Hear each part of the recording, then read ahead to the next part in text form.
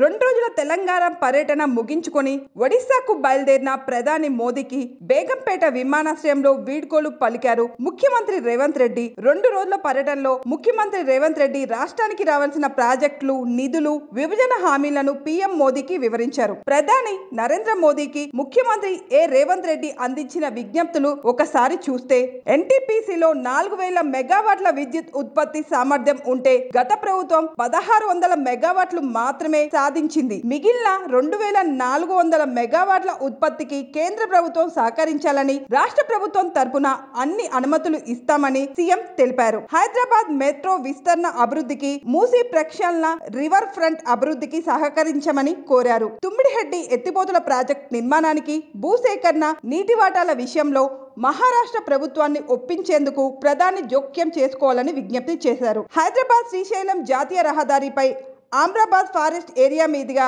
Elevated corridor నిర్మాణానికి సహకరించాలన్నారు. రాష్ట్రంలో 100% ఇంటింటికి నల్లనీటిని అందించేందుకు కేంద్ర ప్రభుత్వం ఆర్థిక సహాయం అందించాలని కోరారు ముఖ్యమంత్రి శ్రీ యనుమల రేవంత్ రెడ్డి. తెలంగాణలో పెరిగిన జిల్లాల సంఖ్య, పోలీస్ కమిషనరేట్ల సంఖ్యకు అనుగుణంగా ఐపీఎస్ క్యాడర్ రివ్యూ చేయాలి. అత్యవసరంగా 29 పోస్టులను అదనంగా కేటాయించాల్సి ఉంది. ఐపీఎస్ క్యాడర్ రివ్యూను అత్యవసర అంశంగా పరిగణించాలి. వీలైనంత త్వరగా పోస్టులు మంజూరు చేయాలన్నారు. హైదరాబాద్ రామగుండం, హైదరాబాద్ నాగ్పూర్ రహదారిపై రక్షణ శాఖ భూముల మీదుగా ఎలివేటెడ్ కారిడార్ల నిర్మాణానికి అనుమతి ఇచ్చేందుకు కేంద్ర ప్రభుత్వానికి ముఖ్యమంత్రి ధన్యవాదాలు తెలిపారు. వీటితో పాటు కారిడార్ల నిర్మాణానికి కంటోన్మెంట్ ఏరియాలో 198 ఎకరాలు, 10 టీఎంసీల కేశవాపురం రిజర్వాయర్ నిర్మాణానికి, పొన్నాల గ్రామ సమీపంలోనే 1350 ఎకరాల మిలిటరీ డైరీ ఫార్మ్ ల్యాండ్ రాష్ట్రానికి బదిలీ చేయాలి. లీజు గడువు ముగిసిన షామీర్పేట ఫీల్డ్ ఫైరింగ్ రేంజ్ భూములను